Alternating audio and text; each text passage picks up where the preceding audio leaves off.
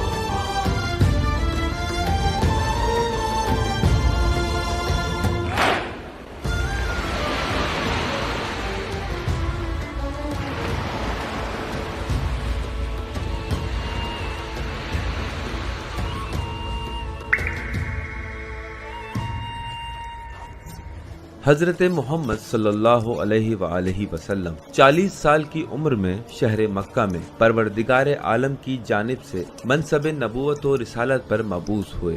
آپ صلی اللہ علیہ وآلہ وسلم کا دین عرب معاشرے میں بھائی چارہ، مساوات اور آزادی کی خوشخبری لایا تھا، لیکن مکے کے سردار آسمانی پیغام اور آپ صلی اللہ علیہ وآلہ وسلم کی رسالت کو اپنے مفادات کی مخالفت میں دیکھ رہے تھے، لہٰذا ان کے پاس آپ اور آپ کے پیروکاروں کو اذیت دینے اور رسالت کا انکار کرنے کے سوا کوئی چارہ نہ تھا۔ بنابراً انہوں نے حضرت محمد مصطفیٰ صلی اللہ علیہ وآلہ وسلم اور آپ کے پیروکاروں کو قتل کرنے پر کمر کس لی، جبکہ ارادہ الہی ان کے ارادوں سے ہٹ کر تھا۔ پیغمبر اکرم اپنی جائے پیدائش مکہ سے باہر چلے گئے تاکہ ایک نئے معاشرے کی بنیاد رکھیں اور اسلام کو شہر مکہ سے باہر بھی پھیلا دیں۔ 8 ہجری کو مکہ مسلمانوں کے ہاتھوں فتح ہو گیا۔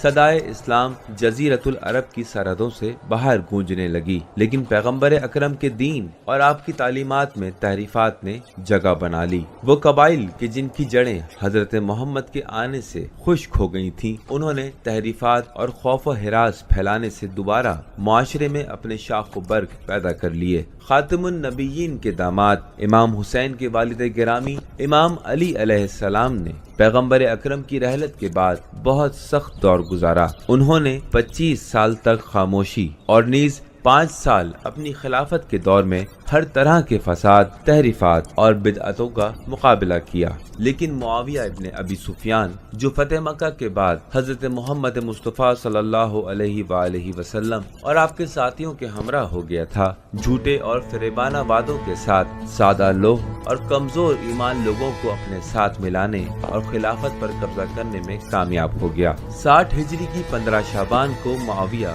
مر گیا۔ یزید مسند خلافت پر بیٹھ گیا اور اس بدعت کے بعد مسلمین میں خلافت موروثی ہو گئی۔ یزید خلیفۃ المسلمین کے عنوان سے طاقت اور جبر کا سہارا لے کر کوشش کر رہا تھا کہ اپنی حکومت کو محفوظ کرے۔ امام حسین کا دشمن وہ تھا کہ جس نے اپنے مخالفین کو دبانے کی خاطر پیغمبر اکرم کے شہر مدینہ پر حملہ کیا، جسے جنگ حرہ کے نام سے یاد کیا جاتا ہے۔ اس جنگ میں کئی ایک صحابی رسول خدا اور بنی ہاشم کے مرد قتل کر دیے گئے، مسجد النبی میں خون بہایا گیا۔ اس دشمن نے 3 دن تک مدینے کے جان و مال کو اپنے فاتح لشکر کے لیے حلال قرار دے دیا۔ واقعہ حرہ میں، جو کہ یوم عاشور کے 3 سال بعد رونما ہوا، 10,000 سے زائد لوگ مارے گئے۔ 80 صحابی رسول خدا جو قرآن کے حافظ اور قاری تھے قتل ہو گئے۔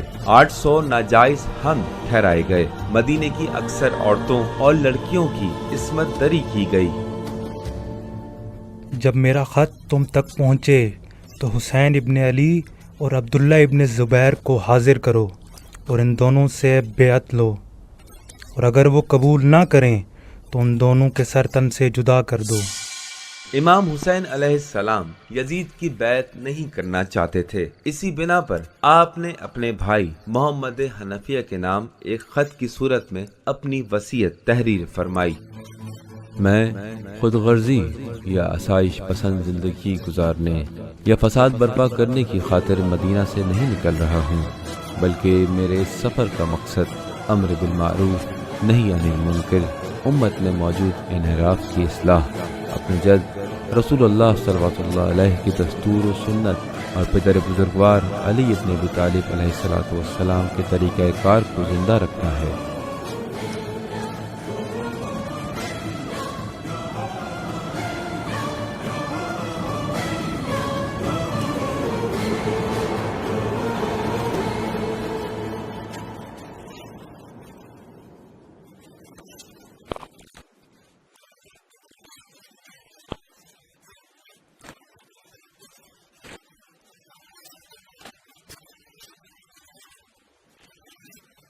عالم اسلام کے مرکزی سیاسی شہر کوفہ کے لوگوں کی جانب سے 12,000 سے زائد دعوت نامے خطوط کی شکل میں امام حسین علیہ السلام تک پہنچے۔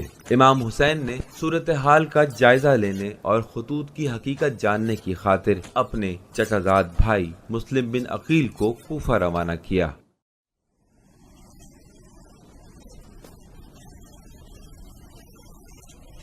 اے کوفہ کے لوگوں، جان لو کہ یہ جو آج کوفہ پہنچا ہے، رسول خدا کی عزت و مقام کی قسم میرا قابل اعتماد ہے۔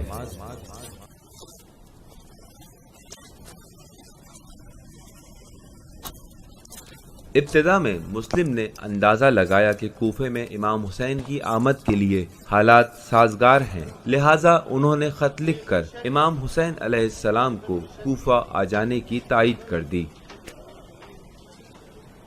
امام حسین حج کے دنوں میں 8ویں تاریخ کو کوفہ جانے کے لیے مکہ سے چل پڑے۔ عالم اسلام اور مکہ و مدینہ کے بزرگان نیز ابن عباس اور حتیٰ آپ کے بھائی محمد حنفیہ بھی اس فیصلے کے ظاہری طور پر مخالف تھے، لیکن کوفے کے لوگوں نے 12,000 خطوط لکھ کر آپ سے مدد طلب کی تھی اور درخواست کی تھی کہ موجودہ حکمران اور حکومت کے مظالم سے نجات کی خاطر امام حسین علیہ السلام ان کی رہنمائی اور قیادت فرمائیں۔ 60 سال پہلے امام حسین علیہ السلام کے نانا حضرت محمد مصطفیٰ صلی اللہ علیہ وآلہ وسلم نے مکہ سے مدینہ ہجرت کی۔ یہ ایک ایسا فیصلہ تھا جس نے اسلامی تہذیب و تمدن کی بنیاد رکھی، اور آج امام حسین علیہ السلام اپنے جد بزرگوار کے دین و تمدن کی اصلاح کی خاطر مکہ سے کوفہ کی جانب ہجرت کے لیے نکل پڑے ہیں۔ کعبہ مسلمانوں کا قبلہ اور حج کے لیے اکٹھے ہونے کی جگہ شمار کیا جاتا ہے، جبکہ حسین ابن علی علیہ السلام نے بالکل اسی زمان و مکان کو اس ہجرت کے لیے انتخاب کیا۔ وہ حاجیوں سے الگ ہو گئے، اور یہ حاجیوں کے لیے سوال برانگیز تھا کہ کیوں امام حسین علیہ السلام اس موقع پر مکہ چھوڑ کر جا رہے ہیں۔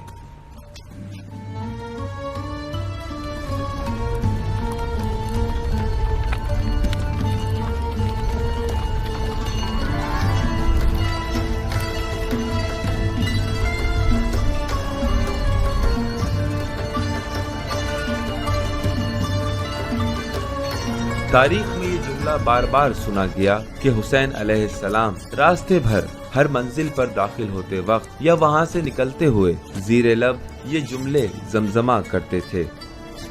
خدا کے نزدیک دنیا کی پستی کی مثال وہ ظلم ہے جو بنی اسرائیل کے بدکاروں میں سے بدترین افراد نے یحییٰ ابن زکریا کے ساتھ روا رکھا۔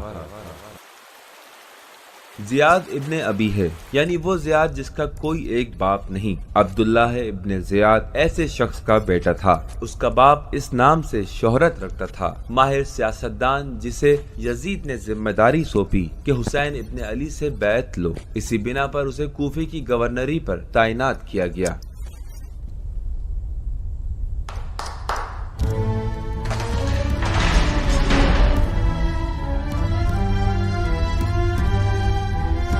امیر المومنین یزید ابن معاویہ نے ہمیں کوفہ کی گورنری پر تعینات کیا ہے، البتہ بصرہ کی حکومت بھی ہمارے پاس رہے گی، تو ہم بہت جلد کوفے کے لیے روانہ ہوں گے تاکہ حسین ابن علی ہم سے پہلے وہاں نہ پہنچ جائے۔ امام حسین علیہ السلام کوفے کی جانب رواں دواں تھے کہ ابن زیاد بصرہ سے کوفہ تیزی کے ساتھ سفر طے کرنے لگا تاکہ امام حسین سے پہلے شہر پہنچ جائے۔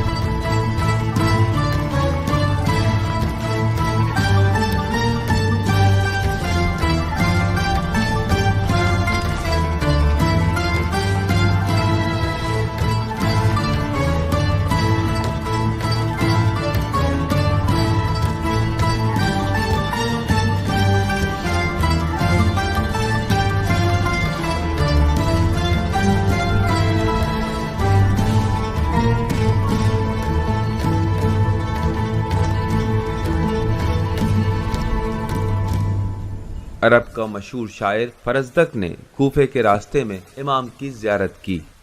یبنا رسول اللہ، حج کے موقع پر آپ کوفہ کے لیے کیوں اتنی جلدی روانہ ہوئے؟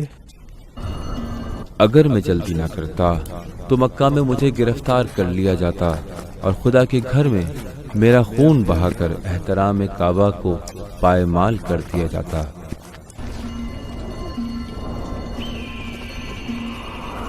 ابن زیاد امام حسین سے پہلے کوفہ پہنچ گیا اور اس نے خود کو امام حسین کے جیسے لباس کی طرح لباس پہن کر چھپا لیا اور عوام کو دھوکہ دینے میں کامیاب ہو گیا۔ کوفے والوں نے خیال کیا کہ امام حسین ابن علی ان کی یاری و مدد کے لیے شہر کوفہ پہنچ گئے ہیں۔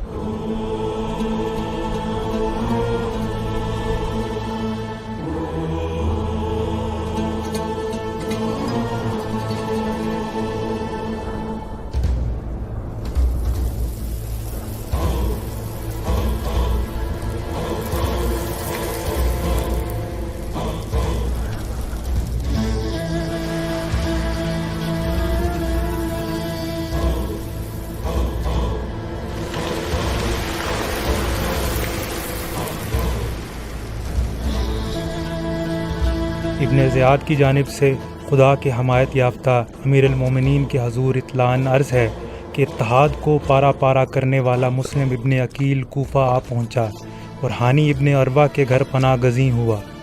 میں نے اس کے لیے 2 جاسوس مامور کیے اور پھر میں اسے خفیہ جگہ سے باہر نکالنے میں کامیاب ہو گیا، اور ایک شدید جھڑپ کے بعد پروردگار نے مجھے ان لوگوں پر تسلط عطا فرمایا میں نے ان کے سر تن سے جدا کر دیے ہیں اور آپ کے حضور بھیج رہا ہوں۔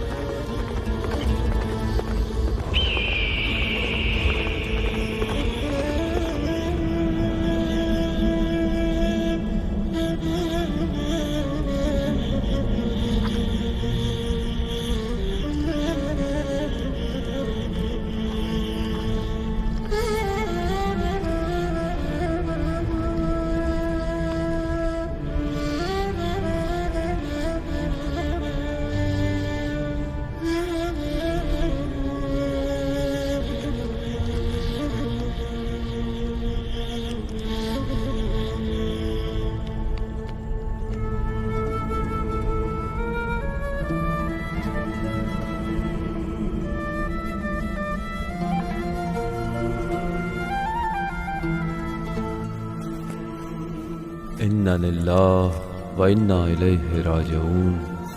کوفیوں نے ہمیں بے یار و مددگار چھوڑ دیا ہے، لہذا جو کوئی آپ میں سے واپس جانا چاہتا ہے تو جا سکتا ہے، ہمارا اس پر کوئی حق نہیں۔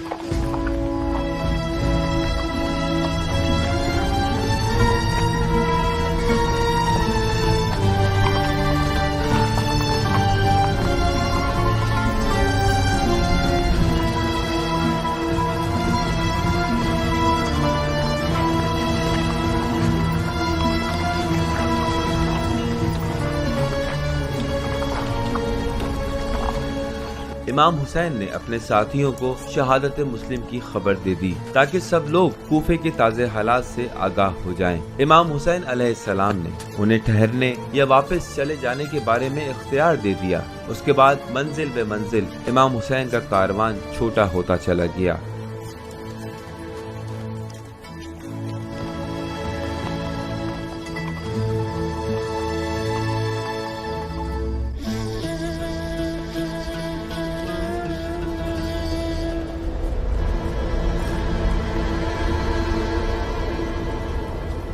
حر ابن یزید ریاحی ایسے لشکر کا سپہ سالار تھا جسے ابن زیاد نے یہ کام سونپا تھا کہ حسین ابن علی کو راستے ہی میں روک لو اور آگے نہ بڑھنے دو۔ اس نے بھی ایسا ہی کیا۔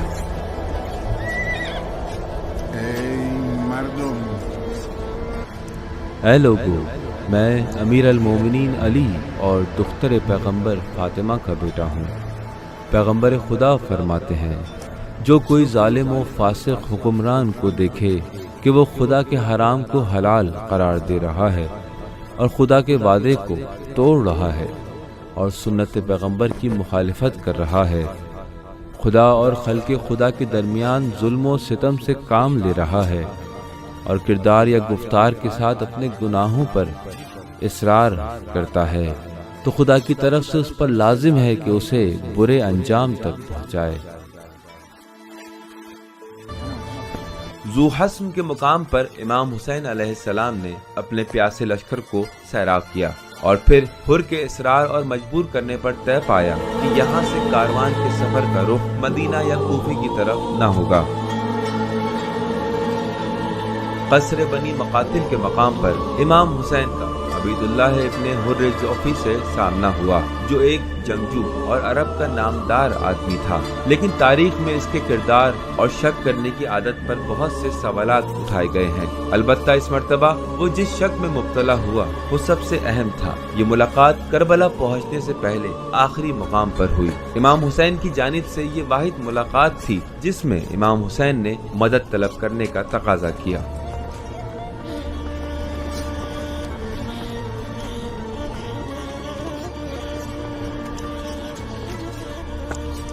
میں کوفے سے باہر آیا ہوں تاکہ آپ کی جنگ میں شریک نہ ہوں۔ اے فرزند رسول اللہ، اگر میں آپ کی مدد کرتا ہوں تو سب سے پہلے قتل ہونے والا میں ہوں گا۔ آپ یہ میرا گھوڑا لے جائیں۔ خدا کی قسم، میں نے جب بھی کچھ چاہا میں اس تک پہنچ گیا، اور جب کسی نے میرا پیچھا کیا تو خدا نے مجھے نجات عطا فرمائی۔ آپ یہ لے لیں۔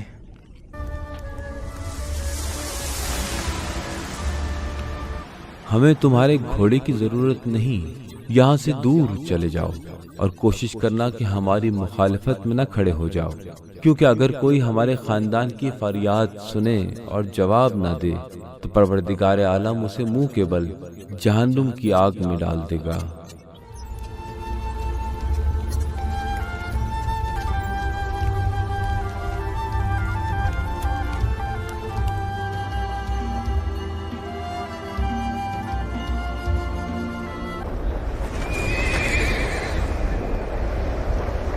عمر سعد ابن ابی وقاص کا بیٹا سعد، جس نے پیغمبر اکرم کے ہم رکاب بہادری کے جوہر دکھائے اور مشرکین کے ساتھ مسلمانوں کی پہلی جنگ غزوہ بدر میں اسلام کے دشمنوں پر پہلا تیر چلایا۔ ابن زیاد نے یزید کی بیعت پر امام حسین کو مجبور کرنے کے لیے عمر ابن سعد کے ساتھ حکومت رئی کا وعدہ کر کے اسے عظیم لشکر کے ہمراہ روانہ کیا۔ امام حسین عمر ابن سعد کو جانتے تھے، وہ بچپن میں اکٹھا رہے تھے۔ امام حسین چاہتے تھے کہ عمر ابن سعد کے ساتھ بات کریں، لہٰذا امام حسین کے ساتھیوں اور دوسری جانب کے سپہ سالاروں کے درمیان آمنے سامنے گفتگو ہوئی۔ امام حسین نے اس گفتگو سے استفادہ کیا تاکہ عمر سعد جو کام کر رہا تھا اس پر اس کی آنکھیں کھول دیں، لیکن حکومت رئی کی لالچ نے اس کی آنکھوں پر پٹی باندھ دی تھی، اگرچہ ابھی تک وہ جنگ کرنے یا نہ کرنے کے درمیان متردد تھا۔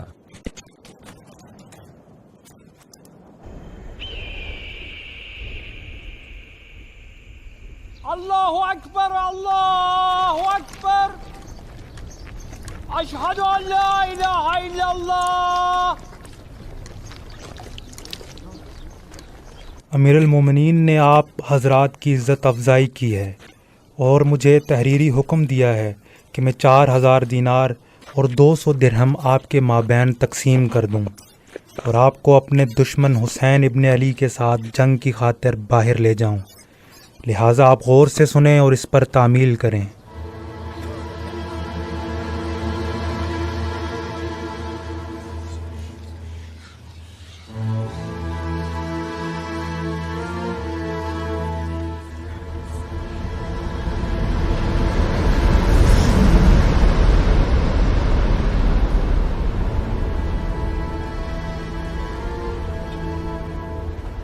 ابن زیاد نے کوفے والوں کے ساتھ معاملہ کر لیا، انہیں آسانی کے ساتھ خرید لیا اور اپنا ہمراہی بنا لیا۔ ابن زیاد کو خوف تھا کہ ممکن ہے امام حسین علیہ السلام کے مقابلے میں عمر ابن سعد لڑکھڑا جائے، لہٰذا اس نے 3 محرم سے 9 محرم کے درمیانی دنوں میں شمر ابن ذوالجوشن، سنان ابن انس نخعی، نصر مازنی اور شبس ابن ربی، ان سب کو کربلا روانہ کر دیا۔ ابن زیاد نے عمر ابن سعد کو حکومت رئی کے وعدے پر رام کر رکھا تھا، جبکہ امام حسین نے فرمایا تھا کہ وہ رئی کی گندم کو بھی چھو نہیں سکے گا۔ ابن زیاد نے شمر کو عمر ابن سعد پر دباؤ بڑھانے کے لیے بھیجا تھا تاکہ وہ فرزند رسول خدا صلی اللہ علیہ وآلہ وسلم کے ساتھ جنگ کرنے سے پیچھے نہ ہٹ جائے۔ شمر اور اس کے سپاہیوں نے بدمعاشی اور بغیرتی کی حدیں پھاندتے ہوئے کوشش کی کہ کسی طرح جلدی جنگ کے شعلے بھڑک اٹھیں۔ یہ سازش امام حسین کی بصیرت سے ناکام ہو گئی۔ ہم اس جنگ کو ہرگز شروع کرنے والے نہ ہوں گے۔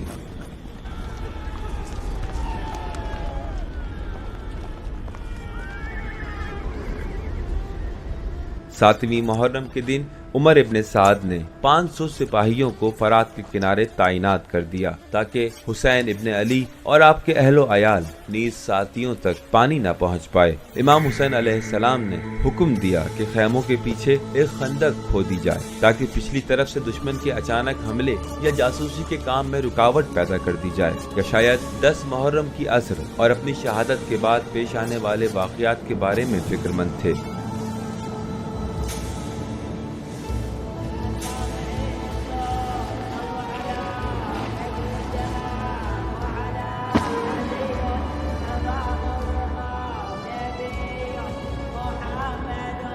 شمر ابن ذوالجوشن نے 9 محرم کی رات کو کوشش کی کہ حسین ابن علی کے بھائی عباس ابن علی کے ساتھ کوئی معاملہ طے کر لے۔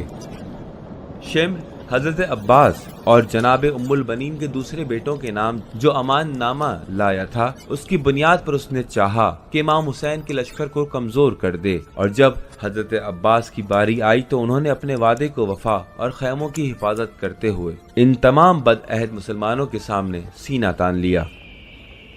امام حسین علیہ السلام نے 10ویں محرم کی رات جو شب عاشورہ کے نام سے مشہور ہے، ایک مرتبہ پھر اپنے ساتھیوں کو اکٹھا کیا، انہیں ٹھہر جانے اور واپس چلے جانے کا اختیار دیا، لیکن اس رات کوئی بھی امام حسین کو چھوڑ کر نہیں گیا۔ کل صبح ان دشمنوں سے مقابلہ ہوگا، آپ سب اپنے چلے جانے یا رک جانے پر صاحب اختیار اور آزاد ہیں، میرے ساتھ آپ کا کوئی معاہدہ نہیں، یہ رات کا اندھیرا آپ کو چھپا لے گا۔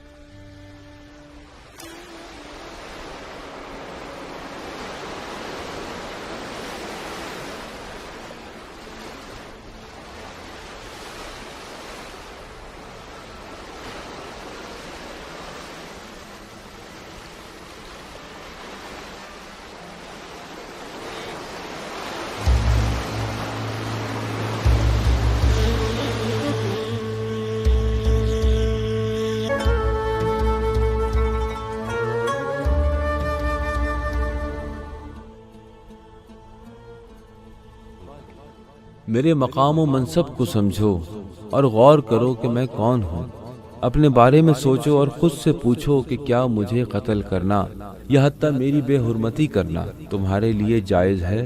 کیا یہ متواتر حدیث تم تک نہیں پہنچی کہ پیغمبر خدا نے میرے اور میرے بھائی کے بارے میں فرمایا یہ دونوں جنت کے جوانوں کے سردار ہیں؟ اے عمر سعد، تم رئی کی حکومت تک نہیں پہنچو گے اور میرے بعد نہ دنیا میں خوشی دیکھو گے اور نہ آخرت میں۔ اے شبز، کیا تم نے مجھے نہیں لکھا تھا کہ پھل پک چکے ہیں اور ہر جگہ ہریالی ہو گئی ہے؟ آپ آ جائیں، خدا کی قسم میں عزت کے ساتھ موت کو ذلت کی زندگی پر ترجیح دیتا ہوں۔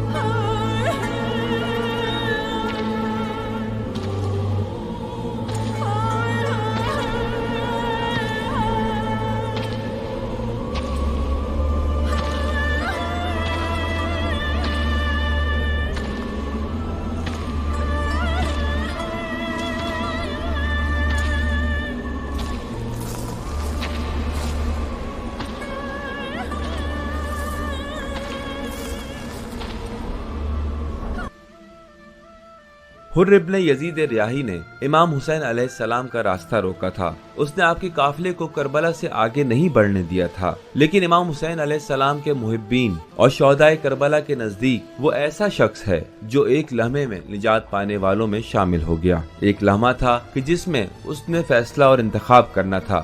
حر نے امام حسین کا انتخاب کیا اور یوں اپنے نام کو حقیقت کا روپ دے دیا۔ حر سچ میں آزاد مرد تھا۔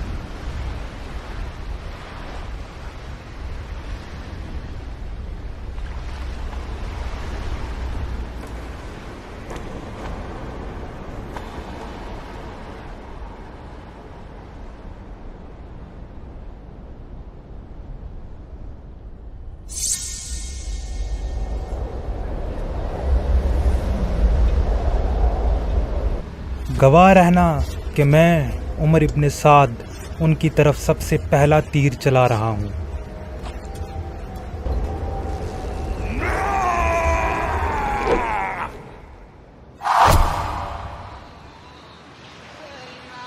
امام حسین کے اصحاب و یاران کی شہادت کے بعد بنی ہاشم کی باری آئی۔ امام حسین کے بڑے بیٹے علی اکبر بنی ہاشم میں سے پہلے تھے جو میدان میں گئے اور جام شہادت نوش کیا۔ تاریخ کے مطابق جب علی اکبر ہزاروں تلواروں، نیزوں، گھوڑوں، گرد و غبار اور ہر طرف بکھرے خون میں گھوڑے سے گرے تو زمین پر ان کی صرف 2 آنکھیں دکھائی دے رہی تھیں۔ امام حسین والد کے درد کے ساتھ ان کی طرف بھاگے، اپنے چہرے کو علی اکبر کے چہرے پر رکھا۔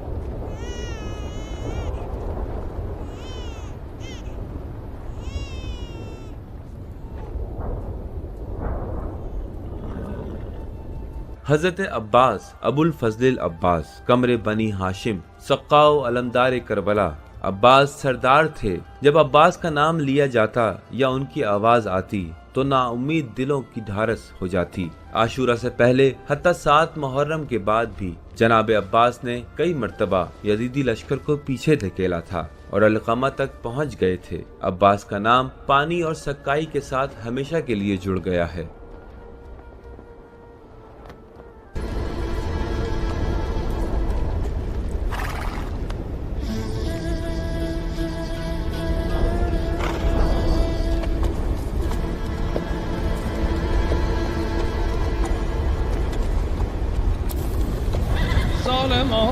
همه ریگ بیابون، همه برگ درختون، همه با شمشیرهای بران، شون لشکر بر دل عباس، نترسی و نباکی و نخیالی وی، همچه باب عملی وی خیبرگیر برکشم.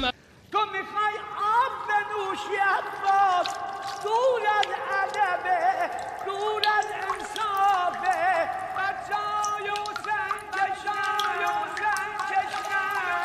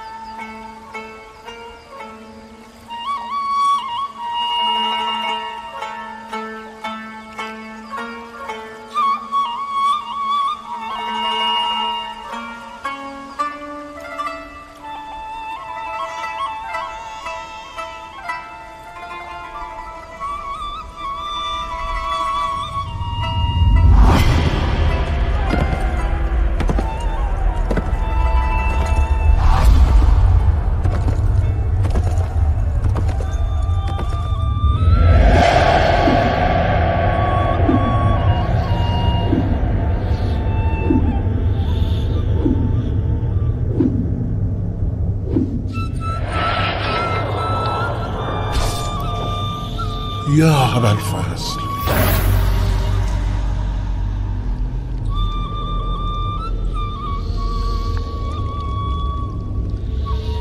یا ابا الفضل.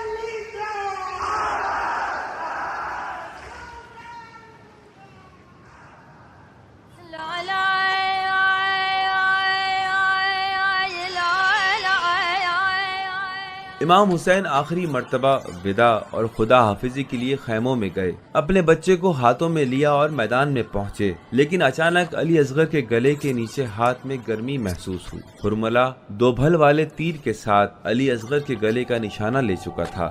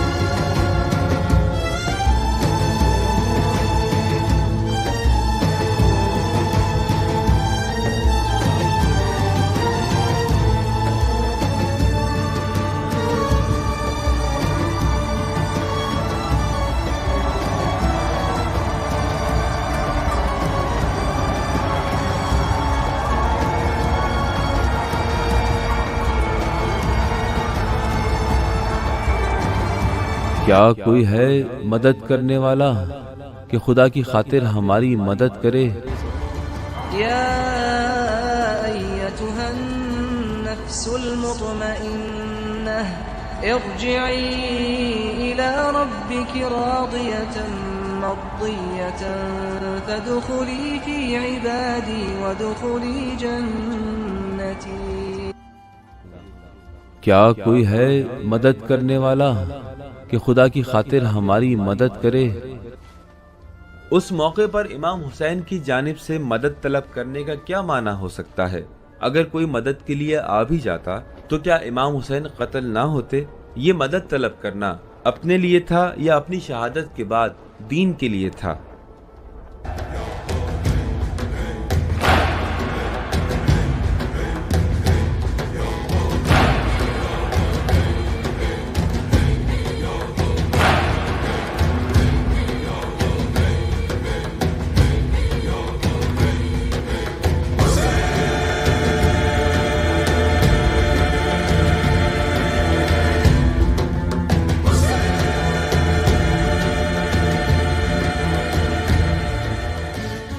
دنیا بھر میں عزاداری امام حسین علیہ السلام کا برپا ہونا اور کربلا کی زیارت اسی پکار پر لبیک اور اس سوال کا جواب ہے۔ جب جبر و زبردستی کے مقابلے میں آزادی، تشدد کے مقابلے میں امن و معصومیت، حرص و لالچ اور بدعہدی کے مقابلے میں وعدہ و وفائی، تہذیبوں میں زندہ ہو جائے تو واقعات اور نہ مٹ جانے والی تاریخ بن جاتے ہیں۔ ان واقعات کے کردار تاریخ ساز شخصیات کے روپ میں سامنے آتے ہیں۔ یہ وہ کام ہے جس کی قوموں کو اپنی تاریخ زندہ رکھنے کے لیے ضرورت ہے۔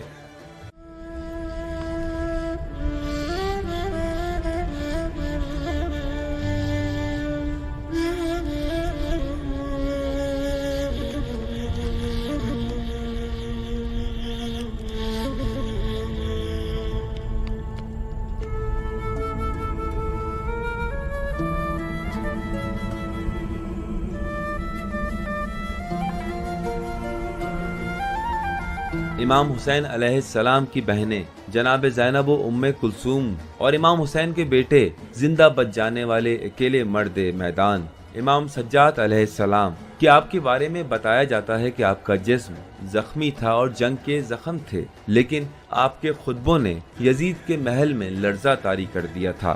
یزید اپنی بیوی کے اصرار پر مجبور ہوا کہ اپنی چاہت و رغبت کے خلاف واقعے میں بچ جانے والوں کو عزاداری کی اجازت دے دے۔ یہ اجازت بالکل اسی جگہ پر دی جا رہی تھی جہاں سے ان کے خلاف جنگ کا فرمان جاری ہوا تھا۔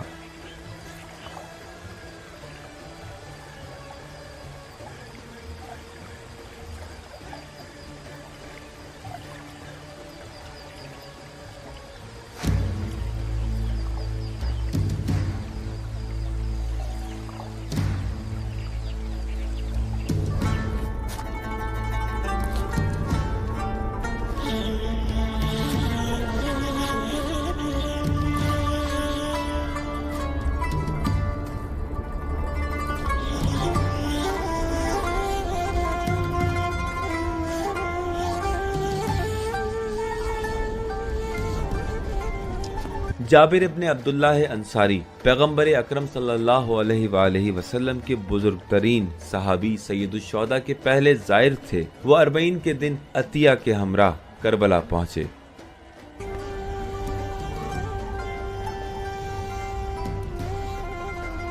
اے میرے حسین، اے حسین، اے میرے حسین،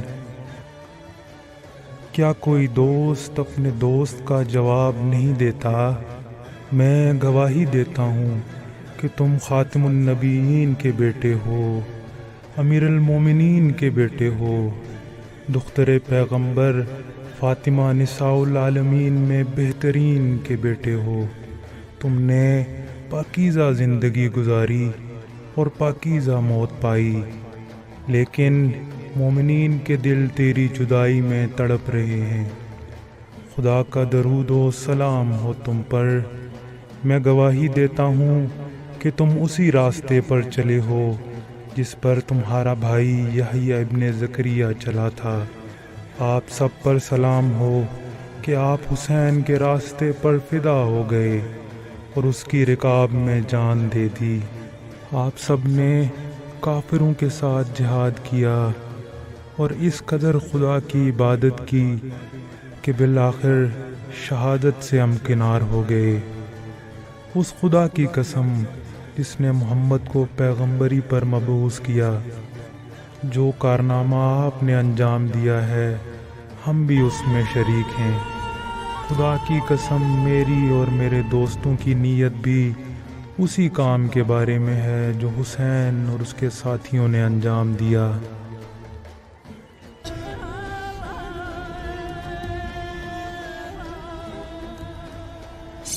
یزید واقعہ عاشورہ کے صرف 3 سال تک زندہ رہا اور ذلت آمیز موت کا شکار ہوا۔ اس کی موت سے متعلق تاریخی خبریں مختلف ہیں۔ بعض نے مسلسل شراب نوشی اور حد سے زیادہ بدمستی کو اس کی موت کا سبب قرار دیا ہے۔ کچھ کہتے ہیں کہ ہر وقت اس کے ساتھ رہنے والے بندر کے کاٹنے سے موت واقع ہوئی، اور بعض کا کہنا ہے کہ وہ کسی نامعلوم عربی کے ہاتھوں بیاباں میں مارا گیا۔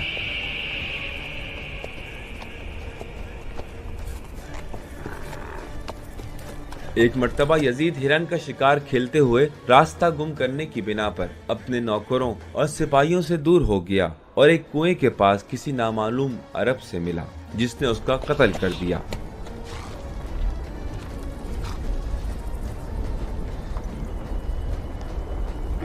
اگر تم جان لیتے کہ میں کون ہوں تو زیادہ احترام کرتے۔ ارے بھائی تم کون ہو؟ میں امیر المومنین یزید ابن معاویہ ہوں۔ خدا کی قسم تم حسین ابن علی کے قاتل ہو؟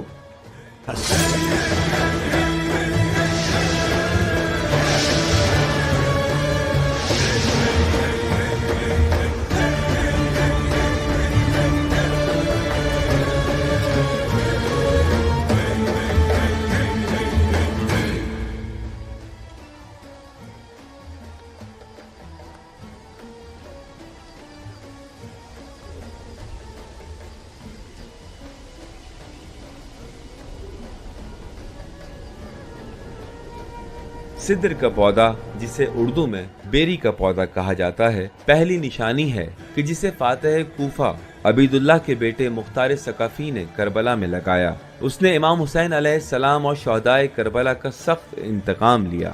60 ہجری یوم عاشورہ کے 7 سال بعد عاشورہ ہی کے دن ابن زیاد خیام مختار کے سپہ سالاروں میں سے ایک سپہ سالار ابراہیم اشتر کے ہاتھوں واصل جہنم ہوا۔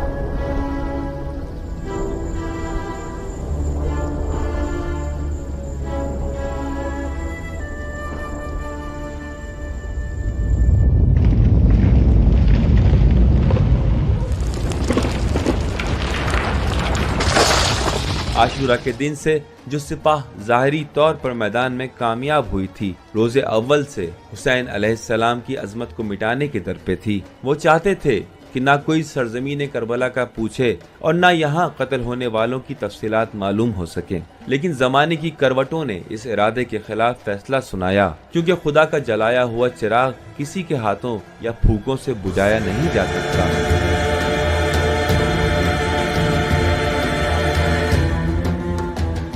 صدیاں گزرنے کے ساتھ ساتھ امام حسین علیہ السلام کے پیروکاروں اور عاشقوں کی جانب سے قبر مطہر امام حسین پر تعمیرات کا سلسلہ جاری رہا، البتہ تخریبی کارروائیاں بھی ہوتی رہیں۔ کربلا معلّہ کی زیارت کا شرف مکتب اہل بیت کے پیروکاروں کا عقیدہ ہے۔ راستے کے نشیب و فراز عبور کرنا اصل میں دنیاوی خواہشات کو پار کرنا ہے، نہ کہ خاکی راستے کو طے کرنا۔ راہ کربلا کے پیاسوں کو سیراب کرنا، اس پانی کی یاد میں جسے کربلا کے پیاسوں تک نہ پہنچنے دیا گیا۔ شام کے قیدیوں کی یاد میں نظر و نیاز کا اہتمام کرنا تاکہ تھکے ہوئے جسموں کو دوبارہ توانائی حاصل ہو۔ لبوں پر سجائی مسکراہٹوں کے ساتھ دھوپ جلے چہروں کو دعوت دینا، اور حتیٰ دور دراز سے پیدل و پا برہنہ سفر کرنے والوں کے پاؤں کو دھونا، یہ سب عشق کی داستانیں ہیں۔ حسین ابن علی علیہ السلام کے ساتھ عشق۔ اگر عاشورہ قیام و انقلاب کی وجہ ہے تو اربعین بھی اسی وجہ کی دوسری تجلی ہے، یعنی اظہار عشق، اظہار محبت۔